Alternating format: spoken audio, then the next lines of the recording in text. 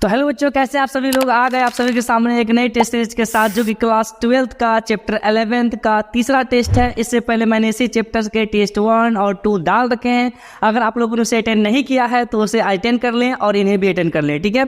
और मैं आपको बता दूं कि मैंने चैप्टर 1, 2, 3, 4, 5, 6, 7, 8, 9, 10 तक के सारे टेस्ट सीरीज डाल रखे हैं। अगर आप लोगों ने उसे भी अटेंड नहीं किया है तो उसे भी अटेंड कर लेंगे।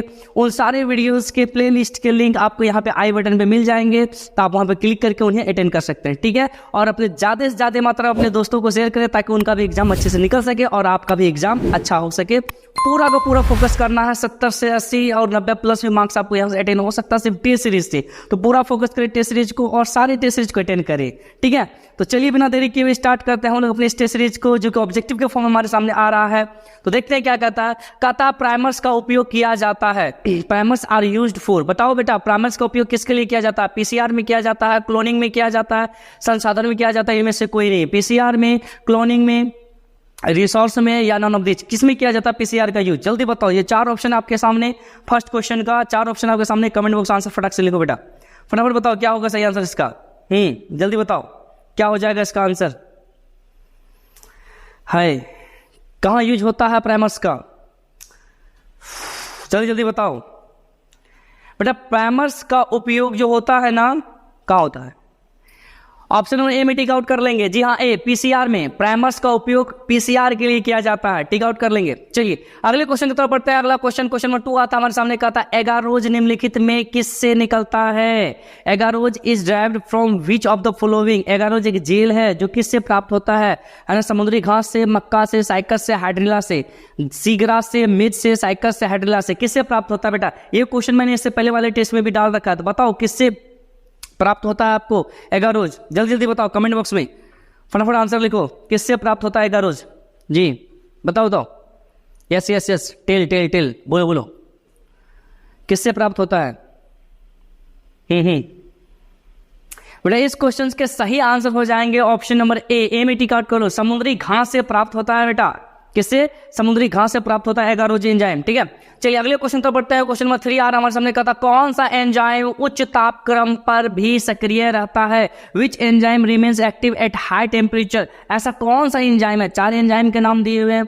ऐसा कौन सा एंजाइम होता है जो कि हाई टेम्परेचर पे भी एक्टिव रहता है ना? ऑप्शन है cellulose, pectin, Taq polymerase, lysozyme. Cellulose, pectin, Taq polymerase या लाइसोजाइम, ये 4 एंजाइम है। ये चारों एंजाइम में से किस एंजाइम जो है, कौन सा एंजाइम है जो सबसे ज्यादा एक्टिव होता है हाई टेम्परेचर पे भी? ठीक है, जल्दी बताओ फटाफट, कमेंट बॉक्स आंसर लिखो बेटा, जल्दी जल्दी बताओ। ठेला वाला तुम लोग का तारीफ करते रहता है हमेशा। बताओ क्या होगा सही आंसर। क्वेश्चन नंबर 3 के सही आंसर क्या हो जाएंगे? जी जी जी बताइए बेटा। क्वेश्चन नंबर 3 का सही आंसर हो जाएगा ऑप्शन नंबर सी में टिक आउट करो, टेक पॉलीमरेज। जी हाँ, टेक पॉलीमरेज नाम का एंजाइम हाई टेम्परेचर पे भी एक्टिव रहता है, काम करता है, ठीक है।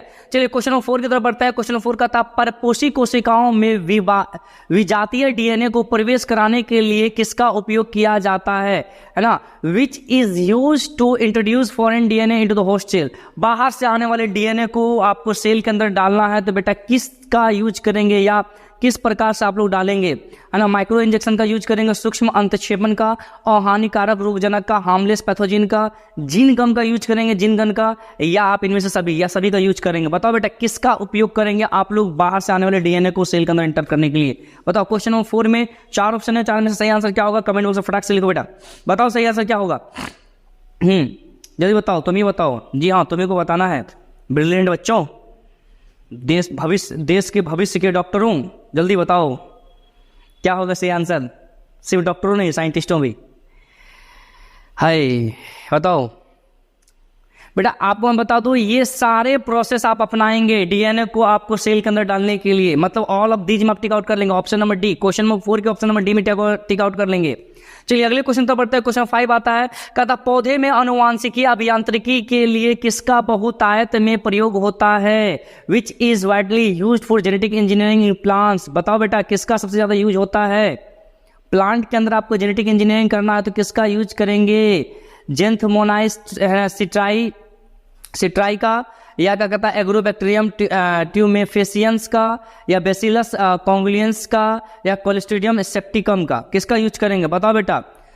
जेंथमोनाइस है ना, सिट्राई का, या क्या कहता है एग्रोबैक्टीरियम टुम्फेंसिस का, या बेसिलस कॉन्गुलियन का, या क्या कहता है कोलिस्ट्रीडियम सेप्टिकम का। किसका यूज करेंगे जल्दी जल्दी बताओ।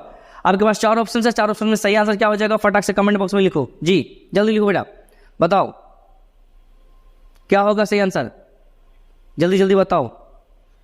क्वेश्चन नंबर 5 का बेटा, क्वेश्चन नंबर 5 का सही आंसर हो जाएगा ऑप्शन नंबर बी में टिक आउट कर लो, एग्रोबैक्टीरियम टुमेफेसियंस का, है ना। तो ये सही आंसर हो जाएगा। इसका उपयोग करते हैं प्लांट के अंदर जेनेटिक इंजीनियरिंग करने के लिए, ठीक है। चलिए क्वेश्चन नंबर 6 की तरफ बढ़ते हैं। क्वेश्चन नंबर 6 कहता है कुछ एंजाइम अपनी क्रियाशीलता के लिए प्रोटीन पदार्थ का उपयोग करते हैं। कुछ एंजाइम यूज प्रोटीन, मतलब some enzyme use protein material for their activity. बताओ बेटा, कुछ एंजाइम ऐसे हैं जो अपने आप को एक्टिव करने के लिए, अपने काम को करने के लिए प्रोटीन का सहायता लेते हैं, प्रोटीन का हेल्प लेते हैं। कौन सा एंजाइम है? उत्प्रेरक है, कैटालिस्ट है, प्रतिरोधक है, इनहिबिटर है, सह एंजाइम है, को एंजाइम है, या एपिमर्स है? कौन सा है बेटा बताओ। यहाँ पे 4 ऑप्शन दिए हुए हैं, 4 ऑप्शन में से कौन सा आंसर हो जाएगा इसका? कौन सा एंजाइम होता है? जल्दी बताओ कमेंट बॉक्स में, फटाफट बताओ। जल्दी जल्दी जी, क्या हो जाएगा इसका सही आंसर? कमेंट बॉक्स में अक्कड़ बक्कड़ बम्बे बो 80 90 पूरे 100। बेटा क्वेश्चन नंबर 6 का सही आंसर हो जाएगा ऑप्शन नंबर सी। जी हाँ, सी में टिक आउट कर लीजिए। को एंजाइम, स एंजाइम, जी हाँ, को एंजाइम वो एंजाइम है जो कि प्रोटीन के सपोर्ट से अपना वर्कआउट करता है, ठीक है। चलिए क्वेश्चन नंबर 7 की तरफ बढ़ता है। क्वेश्चन नंबर 7 कहता है 2 सूक्ष्मजीव जो आनुवांशिक अभियांत्रिकी में अत्यधिक महत्वपूर्ण होता है। 2 ऐसे माइक्रो ऑर्गेनिज्म का नाम बताइए, सूक्ष्मजीव का नाम बताइए जो जेनेटिक इंजीनियरिंग में सबसे ज्यादा यूज होते हैं। इचेरिया कोलाई तथा एग्रोबैक्टीरियम ट्यूमोफेसियंस। बी नंबर में वेब्रो क्लोरी तथा पुच्छ जीवाणुभोजी। सी नंबर में डिप्लोकोकस प्रजाति तथा सीडोमोनास प्रजाति। डी नंबर में क्राउन गॉल जीवाणु या सिनोरेंडिटिस एलिगेंस। ये कौन इसमें से हो जाएगा सही आंसर? ऐसे कौन से 2 ऑर्गेनिज्म है जिसका उपयोग किया जाता है बेटा किसके लिए? जेनेटिक इंजीनियरिंग करने के लिए। जल्दी बताओ। क्वेश्चन मैं इंग्लिश में भी पढ़ देता हूं। 2 microorganisms which are very important in genetic engineering, E. coli and Agrobacterium tumefaciens. Number B में वाइब्रो कोलेरा एंड कोडा बैक्टीरियोफेज। उसके बाद सी नंबर में diplococcus species, pseudomonas species. D number में है crown gall bacteria and Caenorhabditis elegans. क्या हो जाएगा सही आंसर? आपके क्वेश्चन नंबर 7 के 4 ऑप्शन है, 4 ऑप्शन में सही आंसर क्या होगा? फटाफट बताओ बेटा, क्या हो जाएगा? जल्दी जल्दी बताओ क्या हो जाएगा इसका सही आंसर? यस यस, आप ही बोलेंगे। जी हाँ, आप ही को बोलना है। जल्दी बताओ क्या होगा, क्या होगा? यस यस, जल्दी बताइए बेटा। इस क्वेश्चन का सही आंसर हो जाएगा ऑप्शन नंबर ए में टिक आउट कर लो। इचेरिया कोलाई एंड एग्रोबैक्टीरियम टुमेफेसियन। ये 2 ऑर्गेनिज्म में से हैं जिसका उपयोग किया जाता है क्या चीज के लिए बेटा? ये 2 ऐसे माइक्रो ऑर्गेनिज्म है जिसका उपयोग जेनेटिक इंजीनियरिंग के लिए किया जाता है, ठीक है। तो ऑप्शन नंबर ए में टिक आउट कर लेंगे। अगला क्वेश्चन हमारे सामने आ रहा है, क्वेश्चन नंबर 8 का था प्लाज्मिड है। प्लाज्मिड है बेटा, प्लाज्मिड क्या है? एक कवक है और फंगस है, एक प्लाज्मिड है, या प्लाज्मा काल का एक भाग है, पार्ट ऑफ सेल मेम्ब्रेन है, या इनमें से कोई नहीं? क्या होगा बेटा? बताओ, नन ऑफ दिस। क्या होगा इसमें से? 4 ऑप्शन आपके सामने है। क्वेश्चन नंबर 8 के क्या सही आंसर हो जाएगा? जल्दी बताओ। बेटा आपको बता दें, जो प्लाज्मिड होता है ना, वो पीस ऑफ डीएनए होता है जो किसी दूसरे डीएनए से काट कर वो निकालते हैं किसी और चीज, किसी और दूसरे डीएनए के अंदर सेट करने के लिए, ठीक है। क्या इसमें आपको ऐसा कुछ नजर आ रहा है क्या? नहीं ना है? तो भैया इसका आंसर हो जाएगा ऑप्शन नंबर डी में टिक आउट करो। इनमें से कोई नहीं होगा, ठीक है। चलिए क्वेश्चन नंबर 9 की तरफ पढ़ते हैं। क्वेश्चन 9 कहता है जीवों में एंजाइम का कार्य है, ठीक ना। The function of enzyme in living beings. बताओ जीवों के अंदर एंजाइम का क्या काम है ना? ऑक्सीजन पहुंचाना काम है ना, टू डिलीवर ऑक्सीजन, या जैविक अभिक्रिया को उत्प्रेरित करना होता है, टू कैटालाइज बायोलॉजिकल रिएक्शंस, या ऊर्जा प्रदान करना, टू प्रोवाइड एनर्जी, या रोग प्रतिरोधक क्षमता प्रदान करना, टू प्रोवाइड इम्यूनिटी टू। बताओ किसके लिए इंपॉर्टेंट है बेटा? एंजाइम का क्या काम है, क्या करवाता है एंजाइम इन चारों में से?